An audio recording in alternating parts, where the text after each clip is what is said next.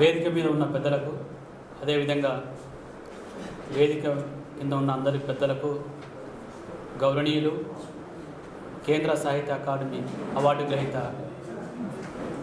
రాయలసీమ ముద్దుబిడ్డ బండి నారాయణ స్వామి అన్న గారికి రాయలసీమ ఉద్యమ వందనాలు. మరి ఈరోజు సామాజిక మాధ్యమాల్లో కూడా ఒక చర్చకు దారి తీసింది. అయితే దీనిపైన మాకు ఈ నవల చదవలేదు కనుక సోషల్ మీడియాలో ఎవరైతే కామెంట్లు పెడుతున్నారో, దీనిపైన పోస్టులు పెడుతున్నారో ప్రతి ఒక్కటి చదువుకుంటూ వచ్చాం.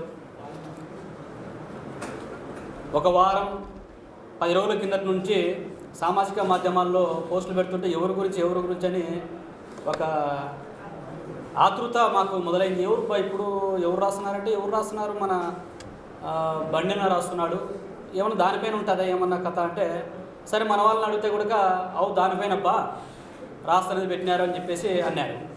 ఇంకా మనం దీంట్లో తలదూర్చకూడదు అని చెప్పేసి అన్నీ చదువుకుంటా వాళ్ళేం పెట్టారు రోజు అన్ని కామెంట్లు ఒకటి, ఎందుకంటే అన్నీ క్షుణ్ణంగా పరిశీలిస్తూ వస్తూ ఉన్నాం. సరే ఏదేమైనా మాకు ఉద్యమకారులుగా ఒక గుర్తింపు ఇస్తాడు బండి నారాయణ స్వామి గారు. 20వ తారీఖు ఫోన్ చేసి కృష్ణ ఎక్కడున్నా ఈరోజు రావాల్సింది కోరాడు.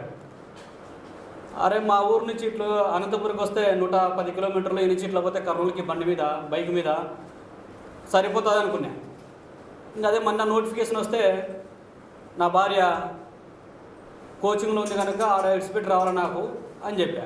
అని ఏమో మళ్ళీ హైదరాబాద్కి పోయి మళ్ళీ నుంచి కర్నూలులో హైదరాబాద్లో విడిచిపెట్టి మళ్ళీ కర్నూలులో దిగి కర్నూలు కాంచి పొద్దున్నే బండి వేసుకుని వచ్చిన, ఎట్లయినా పోవాలా ఈ కార్యక్రమానికి అని చెప్పేసి. ఎందుకంటే అందరూ పిలిచడం వేరు, మీరు వస్తే సంతోషిస్తా అని ఒక మాట అంటారు లాస్ట్లో. రాండి కార్యక్రమం ఉంది, లేదంటే రాండి పుస్తకావిష్కరణ ఉంది, లేదు పలానా రోజు కార్యక్రమం ఉందని పిలిచేది వేరు. దాదాపు 12 సంవత్సరాల అనుబంధం ఈ ఉద్యమంలో మాకు అన్నగారికి. మరి అలాంటి గొప్ప వ్యక్తి, చాలామంది ఎన్నో కార్యక్రమాల్లో పాల్గొన్నాం, ఎన్నో కార్యక్రమాలు చేశాం, ఎన్నో పుస్తకావిష్కరణ కార్యక్రమాల్లో పాల్గొన్నాం. కానీ మాకు ఉద్యమకారులకి, యూనివర్సిటీ విద్యార్థులకి అన్నకున్న ఆ అనుబంధం, ఆ ఆప్యాయత, దగ్గర తీసుకునే విధానం, మాట్లాడే విధానం, సూచనలు సలహాలు ఇచ్చే విధానం, ఉద్యమంలో మాకు ఒక గురువుగా కనబడతాడు. ఎట్లయినా పోవాలని చెప్పేసి ఇంకా రేపు మాకు రాయలసీమ యూనివర్సిటీలో సెమిస్టర్ ఎగ్జామ్ ఉంది, పొద్దున్నే తెల్లవారితే 10 గంటలకు. ఎట్లయినా పోవాలా అని చెప్పేసి మళ్ళా ఉదయాన్నే బైక్ తీసుకుని బయలుదేరి ఇక్కడ 11:30కు వచ్చేసినాం. కార్యక్రమం అయిపోయేంత వరకు మామూలుగా మిగతా కార్యక్రమాలు అయితే ఏం చేస్తామంటే వస్తాము, హాజరేస్తాము, పోయేస్తామని చెప్పేస్తాం.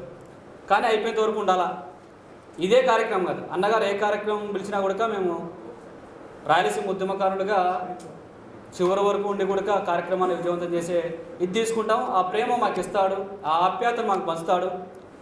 అందుకే ఇంతకుముందు ఇక్కడే 2వ PhD చేసేటప్పుడు కానీ, డిగ్రీలో చేసేటప్పుడు కానీ ఉద్యమం కోసం, తర్వాత ఇప్పుడు 3వ PhD రాయలసీమ యూనివర్సిటీలో రాయలసీమ ఉద్యమం కోసం చేసేటప్పుడు కానీ ఆ అనుబంధాలు ఇంకా పెరుగుతూనే ఉన్నాయి. కానీ మాకు ఎంత దూరం చేస్తే అంత దగ్గర అవుతూ ఉన్నాం.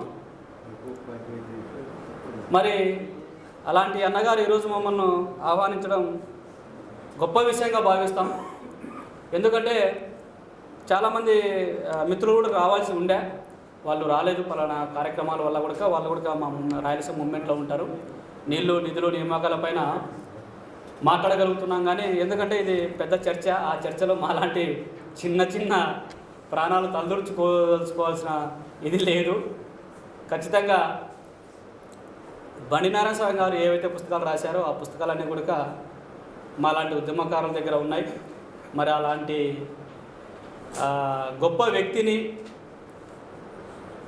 విమర్శించడం అంటే, ఇందాక సార్ గారు ఇక్కడ మాట్లాడుతూ చెప్పారు ఒక మంచి పాయింట్, చాలా మంచి పాయింట్. ఏదైనా విమర్శ చేయాలనుకున్నప్పుడు ఆధారంతో సహా కూర్చో, నువ్వు దానికి సంబంధించిన శాసనాలు ఉన్నాయా, లేదంటే దానికి సంబంధించినటువంటి ప్రతులు ఉన్నాయా, లేదంటే లండన్లో మ్యూజియంలు ఉన్నాయా, తెచ్చుకొని విమర్శించు అనేది చాలా మంచి పాయింట్ అది.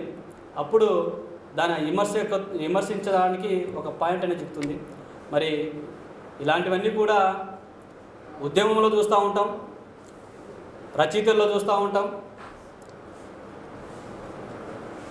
ఏదేమైనా ఈ కార్యక్రమం ఇంత విజయవంతంగా కావడానికి మరి అందరికీ పేరు పేరున హృదయపూర్వక ధన్యవాదాలు తెలియజేస్తూ సెలవు వేసుకుంటున్నాను. ధన్యవాదాలు.